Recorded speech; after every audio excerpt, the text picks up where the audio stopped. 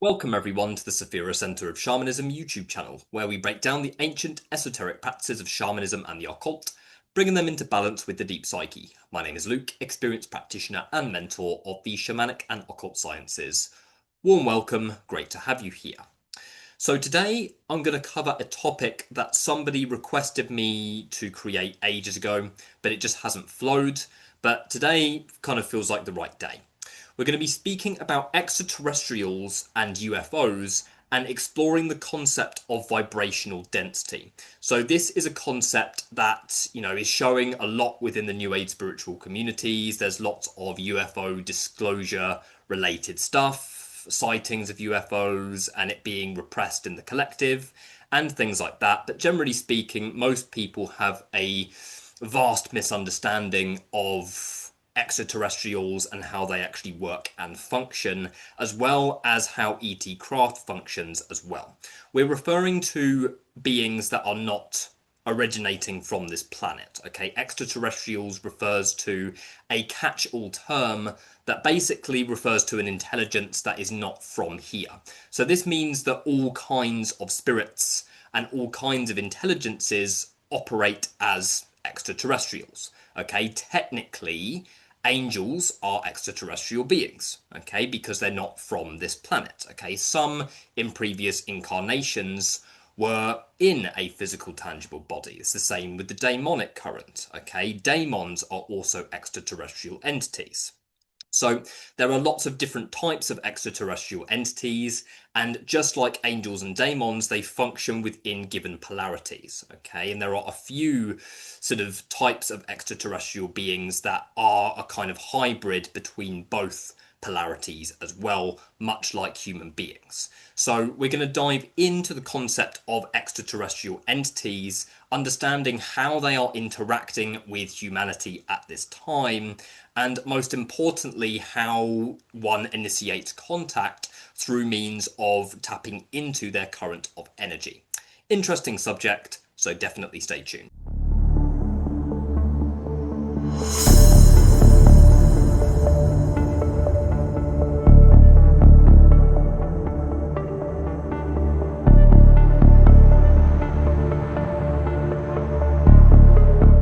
So first and foremost, it's important to understand the concept of vibrational densities and how one shifts their consciousness between the densities. So first and foremost, we are all operating from a place of being tethered to a physical body, a third dimensional consciousness. But that doesn't mean that we are separate from the other densities. Okay, a lot of the New Age spiritual communities operate from a place of, having to escape the third dimension and rise up to fifth dimensional consciousness, and that's operating from a place of both escapism and separation, and realistically a severe lack of understanding of how the densities actually work. So we have all separated ourselves on the soul level. We've separated ourselves into a physical tangible experience, and we all come from the absolute. Okay, the absolute is in a sense the womb that dwells outside of our multiverse altogether. What was birthed from this womb is infinite light. That infinite light gathered and cultivated oneness. That oneness had to express itself in order to define a meaning for itself, so it separates itself into many. So you could say that the 12 dimensions operating on 12th dimensional consciousness, that you could say that is a state of oneness. So that means that because we have separated ourselves from that point, it means that there is still an aspect of us that is dwelling within that state of oneness. It's just we've separated ourselves into a physical body and separated ourselves willingly from that state of consciousness in order to define a meaning for ourselves on the microcosm.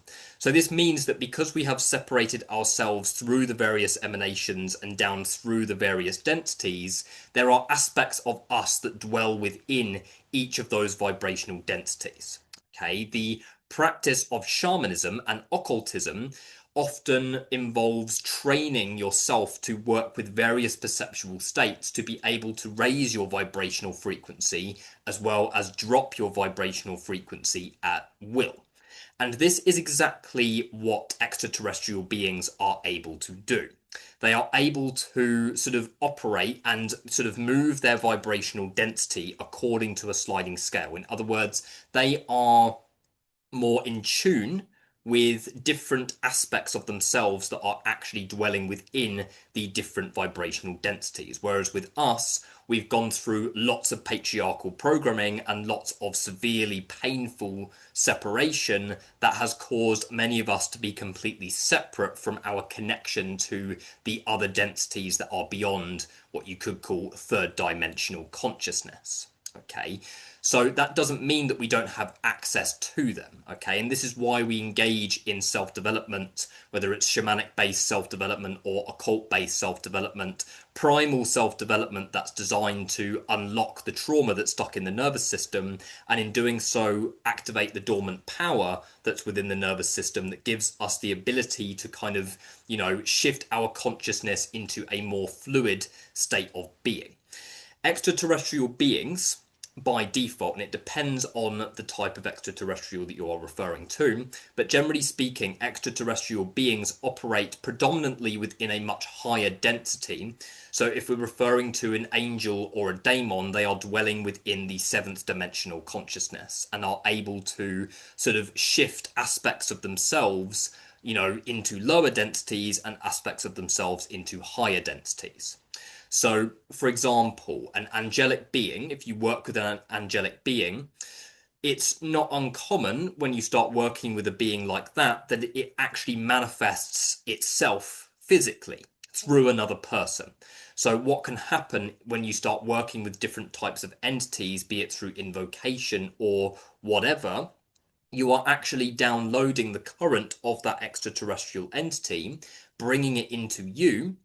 And what that then does is that it pulls in archetypal manifestations of that given spirit, and you could say that that is the presence of an extraterrestrial entity within the physical, tangible experience. So what often happens with beings that are operating very much on that sort of God level of consciousness, on that multi-dimensional level of consciousness that angels and daemons are, is that people are often used as vessels for this current of energy. For example, when I was, in certain stages of my glyphothic initiation, people around me were being used as vessels by the spirits that I was working with, and the spirit would then speak to me through people. Okay, so then that is a form of what you could call physical, tangible extraterrestrial contact. So basically, extraterrestrial entities, because of how much of themselves they have access to,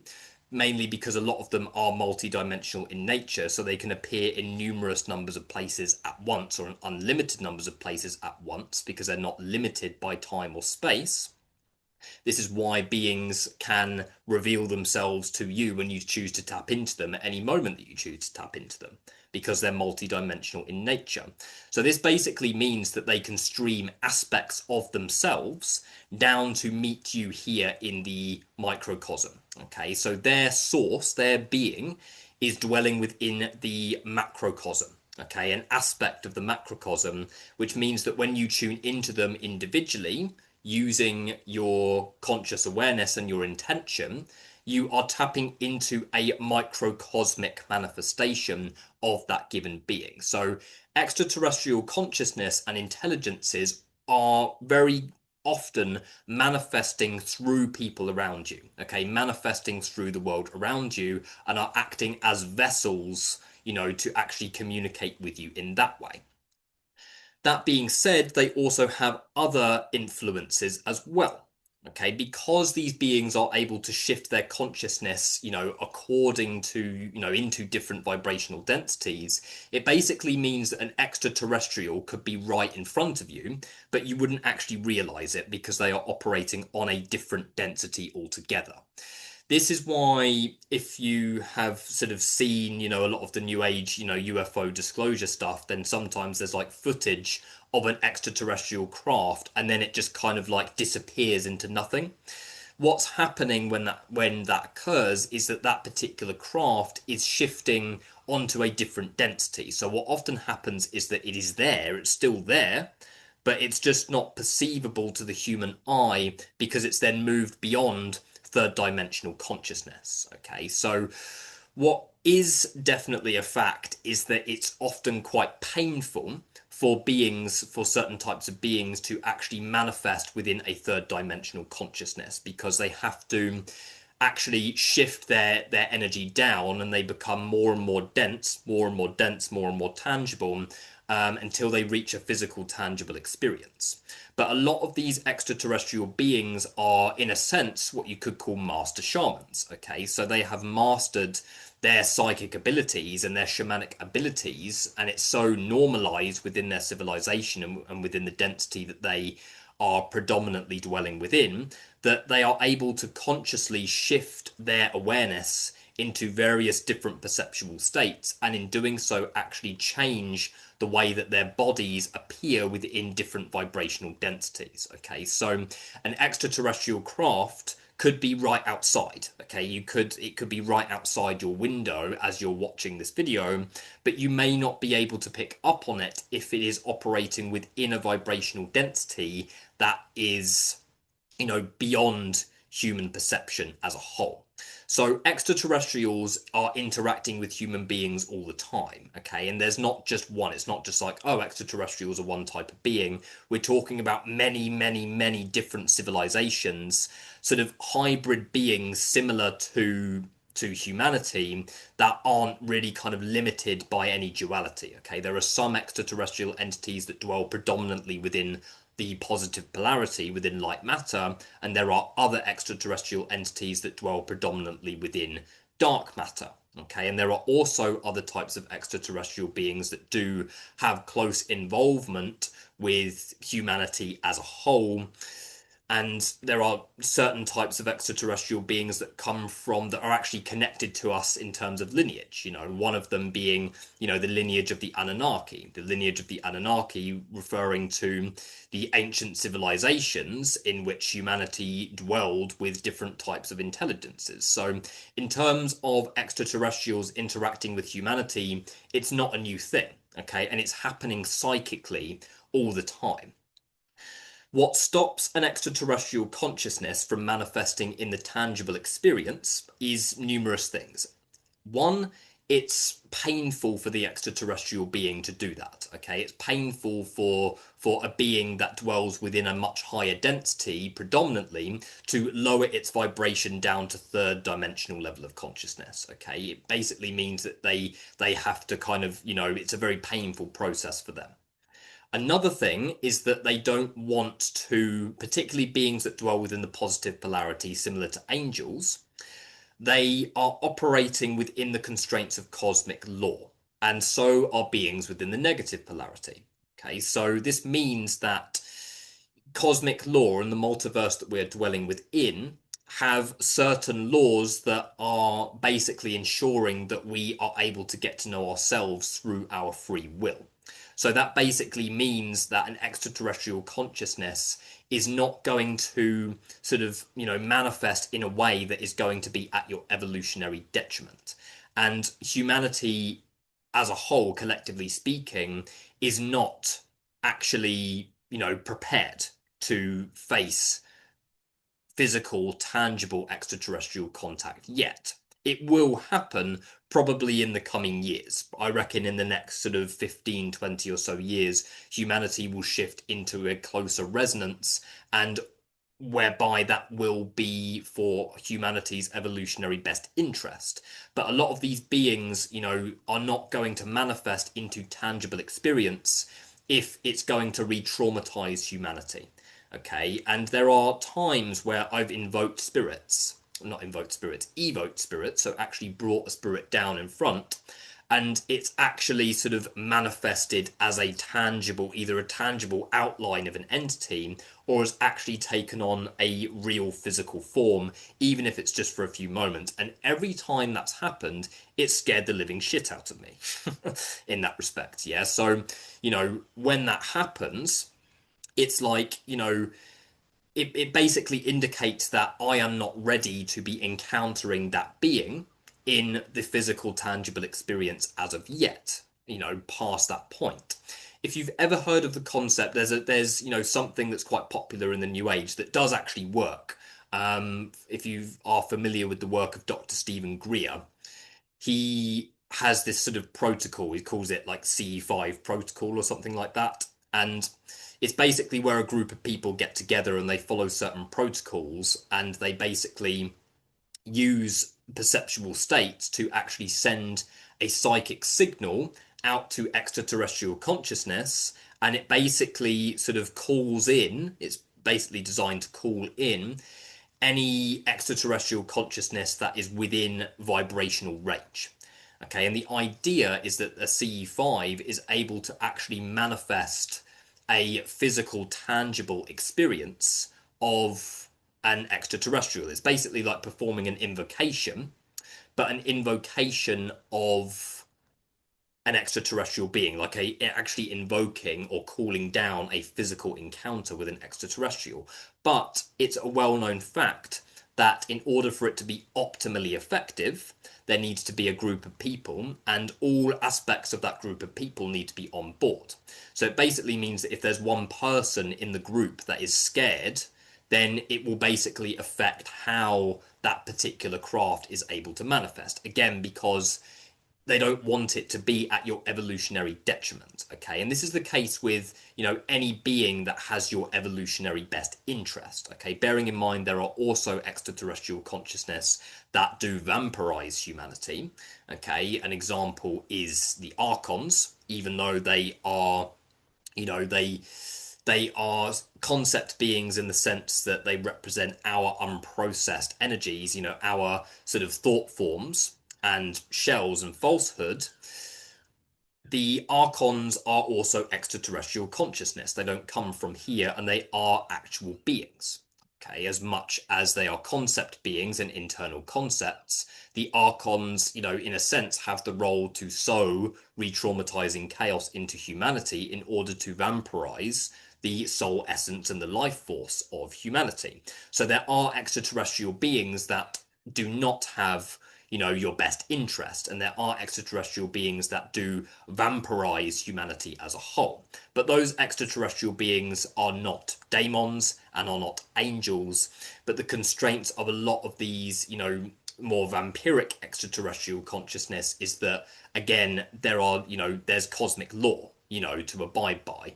And even if a being that didn't have your best interest made its way into your space, then even just telling it to leave is going to have, a significant effect because it's making its way into your macrocosmic experience, which means according to cosmic law, it's able to leave. This is why, there's a lot of projection onto, beings that are hanging around and don't have people's interest. Like in the lightworker community, it's constantly, oh, this entity's attacking me, or that entity's attacking me, or this being is coming over because it doesn't have my best interest.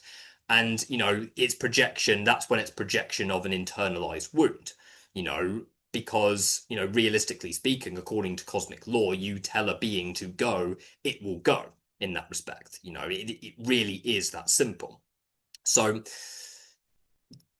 going away from extraterrestrial beings that don't have humanity's best interest, many do. Okay, the daemonic current, the infernal current interacts a lot with humanity, and they are, extraterrestrial entities, and so are angels. So, beings that actually have your best interest are not going to manifest in a way that are that is actually going to be at your evolutionary detriment. And this is why a collective physical encounter has not happened yet. And if it has, I mean, I do believe it has.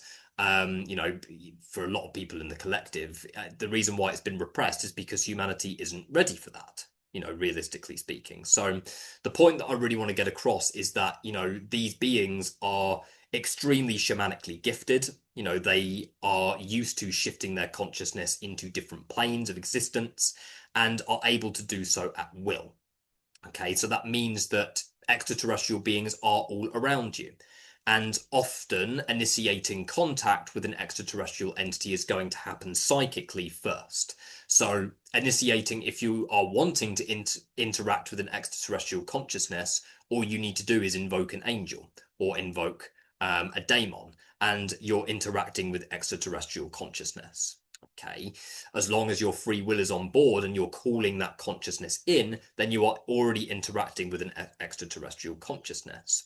If you are, quite used to occult level work, then you can actually travel and utilize your own perceptual states to travel and actually draw a sigil from a particular civilization that you interact with. I've done that a few times myself, where you actually elevate your consciousness or descend your consciousness into a given realm and actually find a being that operates within a particular current, and then you tap into a sigil, for that particular being, and then you invite the spirit towards you, obviously practicing your discernment, and then you can channel the sigil.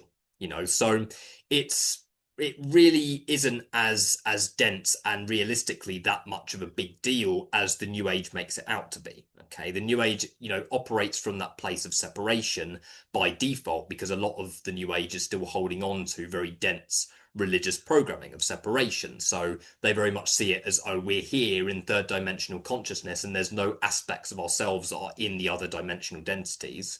But that's completely false. So you're not actually separate from these beings in any way whatsoever. And the fact that you are able to interact with entities through, say, invoking a spirit into you, you're tapping into a higher aspect of yourself when you're doing that. So the illusion of, rising up to a higher density it couldn't be more illusionary. But, what's actually real about it is humanity getting to a point where it's able to use perceptual states to actually shift its tangible experience. Okay, which means that, ET beings, they're going to have third dimensional bodies, but they're also going to have different aspects of themselves that they have a very clear connection to. When it comes to extraterrestrial craft, you've got to understand that a lot of these beings are from planes of existence whereby technology is radically advanced, okay, and whereby they are kind of sort of hybrid, dwelling between multiple different densities. So what this basically means is that these particular entities are going to be able to utilize their shamanic abilities and actually cultivate technology in that way, which means that when you see an extraterrestrial craft, or particularly if you see one that's like fluid and moving in that way, you've got to understand that the extraterrestrial craft is probably a conscious being in its own way. Okay, you've got to understand that, the concept of real artificial intelligence is a tangible concept, within a lot of these civilizations. It's becoming a tangible concept, but we've yet to develop AI. Okay, so a lot of the AI that you see, like with ChatGPT and things like that, are, it's not AI. Okay, an AI, artificial intelligence, is referring to a consciousness that can think and feel for itself. We're not quite there yet. Okay, but what ChatGPT is machine learning. Okay, so basically what humanity have done is that they've rebranded the term machine learning and are referring to it as AI. Okay, when it's not AI yet. Okay, humanity has not yet built or moved into resonance with a, conscious machine that is able to think and act and have its own conscience. Okay, what that would be like, who knows? We shall see. It would be a mirror. It would be a direct mirror of humanity's consciousness. So a lot of these ET craft are conscious and fluid entities in their own right. A lot of them, in my personal viewpoint, are also culminations of, the different consciousness that are actually in the craft. So a lot of these beings are actually able to consciously travel, through various different densities using only their intention. And they've kind of, developed technology in a way that's so radically advanced to the point where the technology is also able to do the same, and it's also able to kind of merge with the consciousness of the collective and manifest in that given way. Particularly if, you've kind of seen a craft that is kind of like fluid and moving like that, or is like, morphing into different things, then it is likely a conscious being in its own right. Okay, so the reason why you're seeing all of these things about extraterrestrial consciousness and UFOs is because it's a tangible concept and it will play an important role in the evolution of humanity. But you've got to understand that extraterrestrial beings are not separate from you. They're all around you. They're constantly interacting with you, and all you have to do is consciously open yourself up with your free will. And if you're into occultism, perform invocations and tap into entities that way. And you're going to shift more and more into those realms anyway, especially if you start to actually engage with real occult based self-development, which is there specifically to train your system to hold large amounts of cosmic energy. As your veil becomes weaker and weaker, the veil that separates the conscious and unconscious mind, as that veil gets weaker and weaker and weaker, your ability to perceive energy and perceive beings and spirits and different types of intelligences is going to increase. And basically, the more people who are willing to do the deeper work and do the self-development and actually access these dormant powers that are already within the human nervous system, then the more the collective is going to shift and the more chance there will be of a significant collective physical extraterrestrial encounter. Okay, so whoever requested it, hopefully that answers your question. I think that's everything that I need to say on this particular video today. Hit like and subscribe if this video was helpful to you, and I'll see you in the next video. Thank you.